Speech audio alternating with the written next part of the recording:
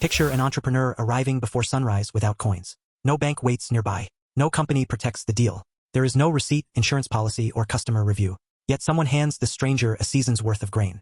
In return, they receive a promise about the future. That promise may cross deserts and outlive kings. So what did the first entrepreneurs actually sell? Copper? Cloth? Purple dye? Grain sealed inside clay jars? Yes, but those goods were only the visible layer. Under every shipment sat something harder to manufacture. Trust. Trust that waits were honest and partners would return. Trust that debts remembered today would be honored tomorrow. Before cash came credit, contracts, and networks. Before corporations, families spread risk across cities and generations. Before star ratings, reputation traveled by letter and conversation. The tools looked primitive, but the problem feels modern. How do you trade with someone you cannot fully control? The answer built markets and quietly built civilization around them. Commerce did not begin when somebody stamped the first coin. People exchanged goods, labor, obligations, and gifts earlier. But forget the cartoon image of endless, inconvenient barter. Farmers did not always hunt for potters needing onions. Communities measured value through accepted units and accounts. Grain, livestock, and weighed metal might anchor those calculations. Payment could arrive now, later, or in installments. That required memory, and human memory becomes fragile at scale. Who delivered wool? Who still owed barley after harvest? Who guaranteed the traveler asking for supplies on credit? As villages became cities, promises multiplied beyond easy recollection. Trade needed durable memory outside anyone's head. It also needed standards, shared measures, witnesses, and recognizable seals. True coinage appeared in Lydia around the 7th century BCE. Mesopotamian merchants had used weighed silver long before that. So money existed as measurement before coins became convenient objects. The breakthrough was not simply metal changing hands. It was agreement about value and confidence in the agreement. In Mesopotamia, wet clay became a kind of commercial memory. A scribe pressed wedge-shaped signs into a tablet. The marks could record grain, silver, land, wages, or loans. Tablets documented purchases, debts, and repayment dates. Witnesses could be named, and seals impressed into clay. Tablets were sometimes enclosed inside clay envelopes, also sealed. Break the shell and the terms remained within. This was not paperwork in our modern bureaucratic sense. It was evidence for a world of disputed promises. A merchant's advantage was not owning silver. It was knowing obligations, prices, partners, and deadlines accurately. Records made an absent transaction visible to judges and heirs. They allowed trust to stretch farther than face-to-face familiarity. Merchant households could coordinate capital, agents, inventory, and family labor. Credit moved purchasing power across the agricultural calendar. Borrow now, trade now, then settle after harvest. But every tablet carries a warning beneath its neat lines. Business existed because trust mattered, and because trust could fail. 4,000 years ago, Assyrian merchants tested that distance. Their network linked Ashur with trading settlements in Anatolia. The route to Kanesh stretched nearly 1,000 kilometers. Donkey caravans carried tin and textiles toward central Anatolian markets. Silver and gold flowed back through the commercial network. This was no heroic trader wandering alone. It was a distributed operation of relatives, agents, investors, and carriers. Thousands of tablets preserved their letters and accounts. They discussed shipments, prices, taxes, loans, quarrels, and delayed payments. One merchant stayed home while another managed distant sales. A wife might supervise textile production and household business in Ashur. Brothers and partners moved goods through separate towns. Information became cargo, where demand rose, which route was blocked. A late message could be as costly as theft. And the letters sound wonderfully, painfully human. Partners complain, demand payment, defend themselves, and blame intermediaries. The first business inbox was baked in clay. Its recurring subject line was essentially, "Can I trust you?" Caravan trade exposed every promise to weather, robbery, and politics. Animals could weaken. Roads could close. Authorities could demand taxes. Goods tied up capital for months. The solution was rarely eliminating risk. It was to divide, price, document, and negotiate risk. Investors could supply silver. Traveling merchants supplied labor and judgment. Loans financed goods before those goods reached a buyer. Partnerships spread exposure across people, places, and transactions. Credit was not money appearing from nowhere. It was somebody betting on another person's future behavior. That made reputation a practical form of collateral. A reliable merchant gained partners, information, and repeated opportunities. A dishonest one could lose access to the whole network.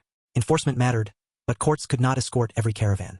Family ties and repeated deals filled gaps. So did letters, witnesses, sealed records, and communal pressure. The entrepreneur sold merchandise once, but credibility daily. Without that invisible inventory, the visible inventory stopped moving. Centuries later, Phoenician cities turned coastlines into commercial corridors. Tyre, Sidon, Byblos, and Arwood were independent maritime centers. Their sailors linked ports across much of the Mediterranean. They moved cedar, crafted objects, metalwork, and purple-dyed cloth. They carried others' goods between distant buyers. That distinction matters. Entrepreneurs do not only make products. They discover routes, translate demand, and connect separated markets. By the 8th century BCE, Phoenician posts ringed the Mediterranean. Each harbor reduced the uncertainty of the next voyage. Local knowledge identified rulers, customs, prices, and danger. Shared language and community ties accelerated information across water. Ships still sank, and political alliances still shifted. But a network could survive losses that destroyed one voyage. This is a lesson in commercial resilience. The strongest asset was not one spectacular ship. It was many dependable relationships distributed across many ports. Goods changed with geography. The connective service remained. In that sense, the network itself became something merchants sold. Now jump forward to the crowded fairs of medieval Europe. Merchants arrived with incompatible coins and customs. At major fairs, cloth, spices, metals, and financial claims circulated. Not every obligation required chests of silver.